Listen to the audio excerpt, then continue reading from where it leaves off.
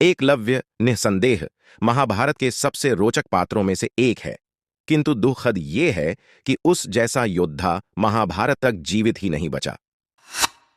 एकलव्य ने कैसे केवल गुरु द्रोण की मूर्ति बनाकर स्वयं श्रम कर शिक्षा प्राप्त की, ये सभी जानते हैं। हम इस बात से भी अवगत हैं कि किस प्रकार उसने गुरु दक्षिणा के रूप में अपने दाएं हाथ का अंगूठा काट कर दे दिया। बस इसके अलावा एकलव्य की कोई विशेष जानकारी हमें मूल महाभारत में नहीं मिलती है, किंतु भागवत पुराण में उसके बाद के जीवन के विषय में कुछ वर्णन है। भागवत पुराण के अनुसार आगे चलकर एकलव्य अपने पिता हिरण्यधनु की मृत्यु के पश्चात श्रृंगवेरपुर का राजा बना। उसने निषादों को संगठित किया और एक अति शक्तिशाली सेना बनाई। बाद में उसका विवाह सुनीता नामक कन्या से हुआ। अंगूठा कट जाने के बाद भी उसकी धनुर्विद्या अद्भुत थी। उसने अंगूठे के बिना ही केवल तर्जनी और मध्यमा अंगुली से धनुष चलाने की कला का आविष्कार किया। आपको जानकर हैरानी होगी कि आज के आधुनिक युग में सभी तीरंदाज भी धनुष चलाने में अंगूठे का नहीं, बल्कि उन्हीं 2 अंगुलियों का उपयोग करते हैं। तो एक प्रकार से एकलव्य को आधुनिक धनुर्विद्या का जनक माना जा सकता है। एकलव्य अपने राज्य की सीमा के विस्तार में जुट गया। उसके पिता जरासंध के ध्वज के नीचे शासन करते थे। एकलव्य भी अपने पिता का अनुसरण करते हुए, ये जानते हुए भी कि जरासंध पापी है, जरासंध का सहयोगी बन गया।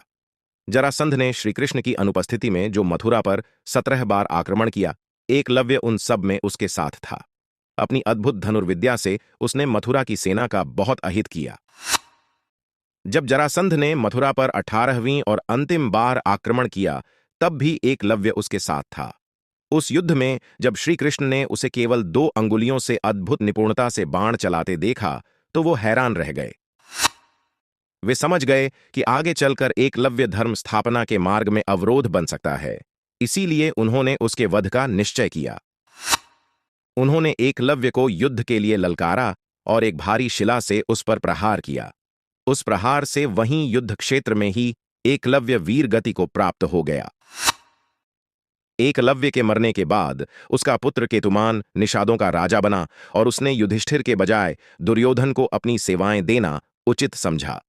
महाभारत के युद्ध में भी उसने कौरवों की ओर से युद्ध किया और अंततः भीम के हाथों वीरगति को प्राप्त हुआ।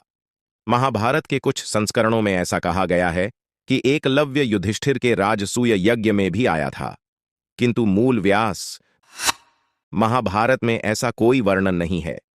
एक जगह श्री कृष्ण अर्जुन से कहते हैं कि तुम्हारे प्राणों की रक्षा के लिए मैंने क्या क्या नहीं किया।